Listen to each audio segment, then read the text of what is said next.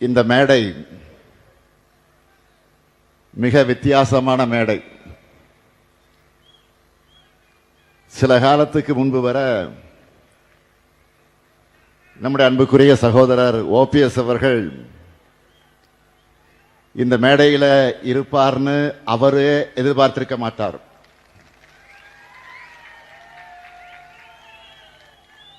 ஆனா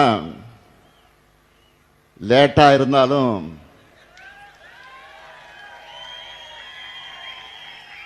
மக்கள் திலகம் எம்ஜிஆர் இருந்த தாய் கழகமான திராவிட முன்னேற்ற கழகத்திற்குத்தான் திரும்பி இருக்கிறார்.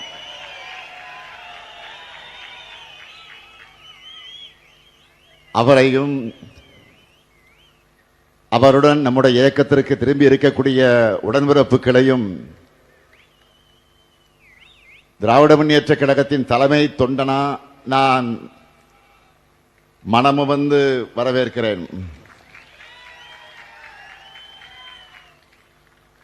மக்கள் திலகம் எம்ஜிஆருக்கு நீங்கள் மட்டுமல்ல, நானும் ரசிகன் தான்.